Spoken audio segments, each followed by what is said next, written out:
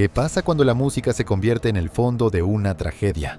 Acompáñanos mientras descubrimos 5 historias de muertes perturbadoras en conciertos que muestran cómo momentos pensados para la alegría y la música pueden transformarse rápidamente en dolor, cambiando para siempre la vida de quienes estuvieron ahí. Era el 22 de mayo de 2017, y miles de personas asistían al concierto de Ariana Grande en Manchester. Entre ellas estaba Saffie Rose Roussos, una niña de 8 años de Leyland, Lancashire. Cuando Saffie recibió boletos para el concierto de Ariana Grande como regalo de Navidad, estaba emocionadísima. Pero lo que debía ser una de las mejores noches en la vida de los asistentes se convirtió rápidamente en una pesadilla indescriptible que conmocionó al mundo. En 2017, Saffie Rose Roussos tenía 8 años y era una gran fan de Ariana Grande. La pequeña soñaba con seguir los pasos de su ídola. Quería convertirse en cantante y bailarina y llevar alegría a los demás. Saffie era una niña dulce y tímida, con una sonrisa contagiosa capaz de iluminar cualquier lugar. Ese día Saffie, su mamá Lisa y su hermana mayor, Ashley Bromwich, entraron al Manchester Arena listas para una noche de pura felicidad. El concierto formaba parte del Dangerous Woman World Tour de Ariana Grande. Más de 14,000 personas asistieron. Muchas de ellas eran jóvenes y familias que habían ido a disfrutar de la música. El concierto comenzó alrededor de las 7:35 de la tarde. 2 artistas invitados calentaron al público antes del acto principal. Grande subió al escenario a las 9 de la noche, interpretando sus canciones más queridas hasta alrededor de las 10:30 de la noche, cuando terminó el concierto. Lo que siguió fue horroroso. La multitud comenzó a avanzar lentamente hacia la salida. Quienes habían empezado a irse antes de que terminara el concierto ya estaban dentro del vestíbulo, conocido como City Room, cerca de la salida. Saffie Rose Roussos, su mamá Lisa y su hermana mayor Ashley estaban en el City Room. Saffie estaba feliz y no podía esperar para ver a su papá y a su hermano, que estaban afuera esperándolas para recogerlas. Fue en el City Room, la salida principal del recinto, donde exactamente a las 10:31 de la noche, un atacante llamado Salman Abedi detonó un artefacto explosivo improvisado, una bomba que pesaba más de 30 kilos. La bomba contenía tuercas y tornillos para causar el mayor daño posible y afectar a la mayor cantidad de personas. En un instante, la vida de miles cambió. Estalló el caos. La explosión sacudió la arena, rompió vidrios y desató el pánico mientras los asistentes y sus familias intentaban ponerse a salvo. Saffie estaba solo 5 metros del atacante cuando ocurrió la explosión. Cuando la bomba detonó, la niña de 8 años fue lanzada al suelo y quedó separada de su familia. Sus heridas eran graves, pero seguía con vida. Tenía múltiples fracturas. Sus piernas estaban gravemente lesionadas y en una posición anormal. Había sido alcanzada por fragmentos de la explosión y estaba perdiendo sangre rápidamente. Aún así, poco después de la explosión, Saffie intentó levantarse apoyándose con los brazos, una muestra impresionante de fuerza y valentía. Pero estaba demasiado herida. Saffie permaneció en el City Room durante 26 minutos, durante los cuales perdió y recuperó la conciencia varias veces, luchando por su vida. Alcanzó a decirle su nombre a una persona del público que la estaba ayudando. Varias personas, incluyendo asistentes, personal de primeros auxilios de la arena y policías, intentaron ayudarla, pero lo que Saffie necesitaba era atención médica inmediata y extensa. Sin embargo, ningún paramédico llegó para dársela durante esos minutos cruciales, y tratamientos esenciales como torniquetes o férulas para las piernas no fueron aplicados a sus heridas. A las 10:56 de la noche, Saffie seguía consciente cuando la colocaron sobre un cartel publicitario usado como camilla improvisada y la sacaron de la arena. Las personas intentaron desesperadamente detener una ambulancia, y Saffie finalmente fue llevada al Royal Manchester Children's Hospital, 46 minutos después de la explosión. Durante el trayecto, Saffie les preguntó varias veces a los paramédicos si se iba a morir. La niña de 8 años llegó al hospital a las 11:17 de la noche. Ahí sufrió un paro cardíaco, y pese a los mejores esfuerzos del equipo médico, Saffie Rose Roussos fue declarada muerta a las 11:40 de la noche. Otras 21 personas murieron en la explosión, incluido el atacante. Más de 1,000 personas resultaron afectadas. 230 de ellas tuvieron lesiones físicas. El resto fueron casos de trauma psicológico severo. La mamá de Saffie, Lisa, había resultado gravemente herida en la explosión y permaneció inconsciente durante varios días. Cuando despertó, instintivamente supo que Safi ya no estaba. Lisa y su esposo Andrew quedaron devastados por la tragedia. Andrew describió la respuesta al atentado como vergonzosa y creía que su hija había sido abandonada por la falta de atención médica oportuna. El ataque provocó fuertes críticas a la respuesta de emergencia, y una investigación concluyó que se pudo haber hecho más para prevenir el atentado y para atender a las víctimas. Más tarde, otra investigación señaló que solo existía una posibilidad remota de que Safi hubiera sobrevivido con un tratamiento y una atención diferentes. Safi Rose Rosos fue la víctima más joven del ataque. El 8 de diciembre de 2004, la banda de rock Damageplan tenía programado presentarse en el club nocturno Al Rosa Villa, en Columbus, Ohio. La banda llegó al lugar temprano esa tarde. Después de que la prueba de sonido transcurrió sin incidentes, Darryl Abbott, también conocido como Dimebag, fue a agradecerle al dueño del club. Dimebag y su hermano Vinnie Paul habían sido los fundadores de una banda mucho más famosa, Pantera. Damageplan era el grupo que formaron cuando pusieron Pantera en pausa.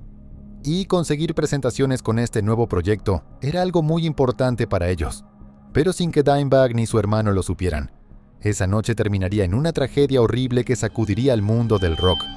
Nacido el 20 de agosto de 1966, Darryl Lance Abbott, mejor conocido por su nombre artístico Dimebag Darrell, se convirtió en una de las figuras más importantes de la guitarra dentro del heavy metal.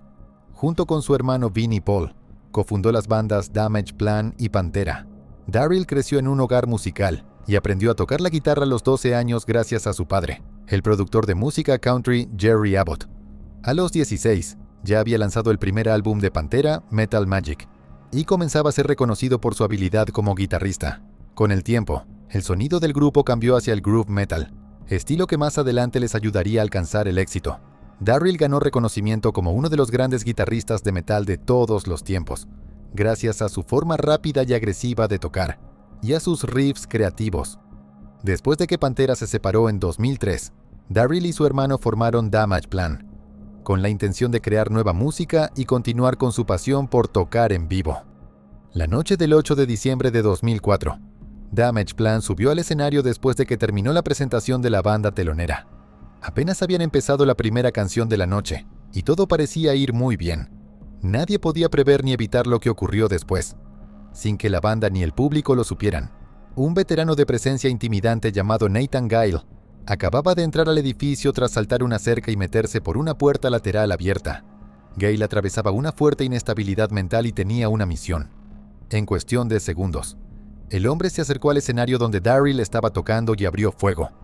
Gale disparó varias veces contra Dimebag Darrell con una pistola semiautomática Beretta 92 FS de 9 milímetros. Darryl fue alcanzado por varios disparos y murió de inmediato sobre el escenario. Tenía 38 años, pero la pesadilla no terminó ahí.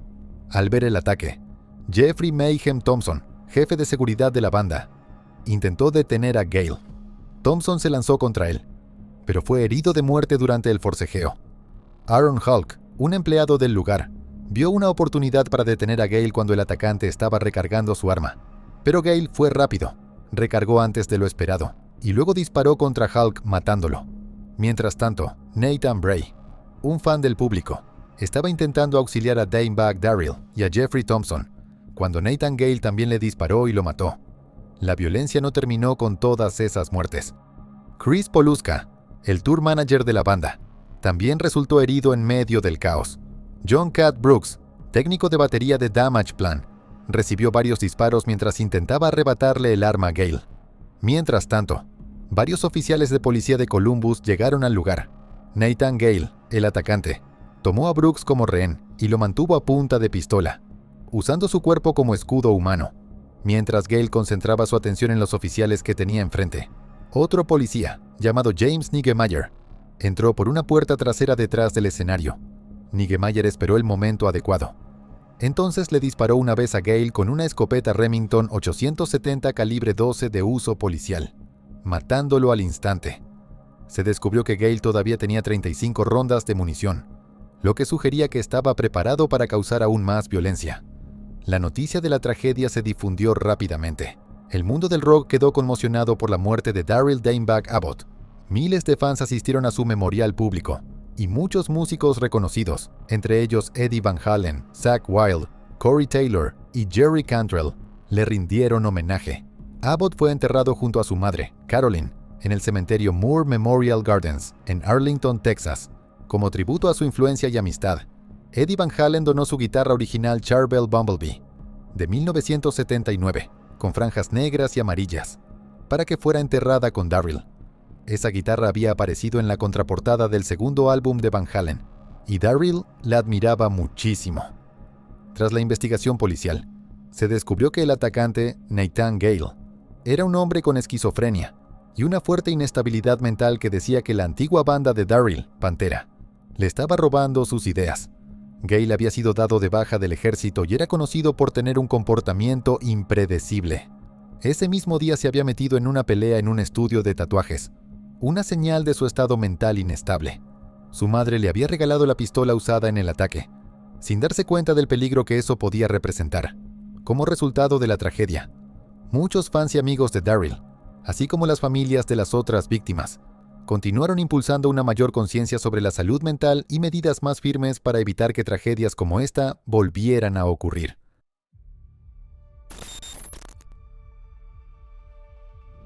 Era 13 de agosto de 2011, y miles de personas asistían a un concierto al aire libre en la Feria Estatal de Indiana, en Indianápolis.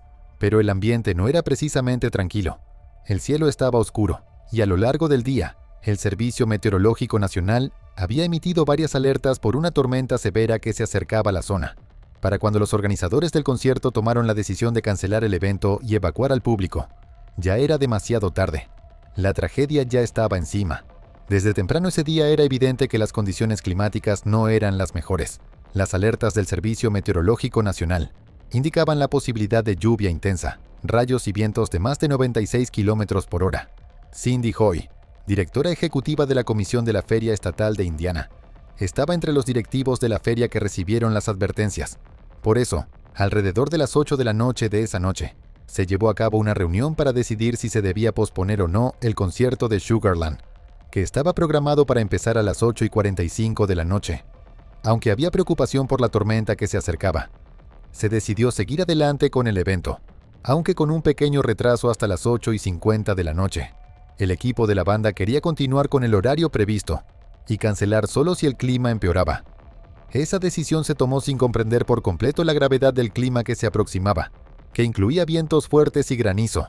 A las 8:39 de la noche se emitió una alerta de tormenta severa que pronosticaba ráfagas de viento de más de 96 km por hora. Sin embargo, funcionarios importantes de la feria no fueron informados de esa advertencia. El show continuó. La artista de apertura, Sarah Bareilles, terminó su presentación y salió del escenario. Mientras tanto, los integrantes de Sugarland, el acto principal de la noche, estaban en un autobús de gira preparándose para subir al escenario. A las 8:45 de la noche, un anuncio público informó al público que se acercaba una tormenta y les indicó cómo evacuar si era necesario, pero no hubo una orden inmediata de salir. Un minuto después, a las 8:46 de la noche, ocurrió la tragedia y se desató el caos. Una fuerte ráfaga de viento golpeó el escenario. La estructura temporal del techo, que no estaba asegurada de forma adecuada, colapsó sobre la multitud que estaba debajo. El peso de la estructura, alrededor de 31,000 kilos, fue demasiado para el sistema de soporte insuficiente que tenían instalado, lo que provocó un colapso mortal. Personal de seguridad y miembros del público reaccionaron de inmediato, ayudando a levantar partes del escenario para liberar a quienes habían quedado atrapados debajo. Los relámpagos cruzaban el cielo y los truenos retumbaban. La gente gritaba y entraba en pánico. Los equipos de rescate trabajaron con rapidez. Les tomó menos de 20 minutos liberar a las personas atrapadas, pero para algunos asistentes ya era demasiado tarde. El escenario colapsó y le quitó la vida a 7 personas. 4 de las víctimas, Tammy Van Damme, Glenn Goodrich, Alina Big Johnny y Cristina Santiago, murieron en el lugar, mientras que otras 3, Nathan Bird, Jennifer Haskell y Megan Toothman, murieron más tarde en el hospital a causa de sus heridas. La mayoría de las víctimas eran parte del público. Una de ellas era trabajador del escenario. Sus edades iban de los 22 a los 51 años. Además de las muertes, otras 58 personas resultaron heridas, algunas de gravedad, cuando la pesada estructura y los escombros cayeron sobre la multitud. Una investigación realizada por Thornton Tomasetti, una firma de ingeniería, concluyó que el colapso se debió a la capacidad inadecuada del sistema de resistencia a cargas laterales, que debía estabilizar el escenario. El sistema dependía de cables tensores conectados a barreras de concreto, pero esas barreras no estaban fijadas al suelo. Dependían únicamente de su propio peso y de la fricción con el piso, algo que resultó insuficiente frente a la fuerza del viento. Como resultado, la parte superior de la estructura se inclinó hacia el público y las columnas de soporte fallaron bajo la enorme presión. Varias demandas fueron presentadas por las víctimas y sus familias contra distintas partes, incluida la Comisión de la Feria Estatal de Indiana, Sugarland, y las empresas involucradas en el montaje del escenario. En 2014 se alcanzó un acuerdo de $50 millones. Era 26 de enero de 2001 en Sydney, Australia, y Jessica McCulloch asistía al festival Big Day Out. La joven de 16 años era una enorme amante de la música, una pasión que compartía con su padre, y no podía esperar para ver al acto principal del festival, Limp Bizkit, pero Jessica nunca pudo disfrutar del concierto. En su lugar, la falta de etiqueta de concierto de una multitud imprudente y las medidas de seguridad insuficientes le costaron la vida. El Big Day Out Festival era un festival anual de música que se realizaba en 5 ciudades australianas, donde los amantes de la música podían disfrutar de bandas de rock internacionales muy conocidas, y también de artistas locales. Para Jessica Michalek, de 16 años, este era su segundo año asistiendo al festival junto con sus amigos. Jessica estaba más que emocionada por volver al festival en 2001, ansiosa por vivir de nuevo esa energía. Pero el día terminó en tragedia. Limp Bizkit, el acto principal del festival, subió al escenario después de que terminara la presentación de Rammstein en un escenario cercano. Por eso, la multitud se movió. El nuevo público estaba inquieto y agresivo. La energía se sentía pesada. La combinación de música fuerte, slam agresivo y una oleada de gente creó un ambiente caótico. Poco después de que Limp Bizkit comenzara su presentación, empezó a formarse una avalancha humana frente al escenario. El personal de seguridad intentó controlar la situación y le pidieron a la banda que dejara de tocar para evitar más caos. Sin embargo, siguieron tocando y la situación se deterioró rápidamente. Fue entonces cuando Jessica quedó atrapada en medio de la multitud, rodeada de fans que empujaban hacia adelante.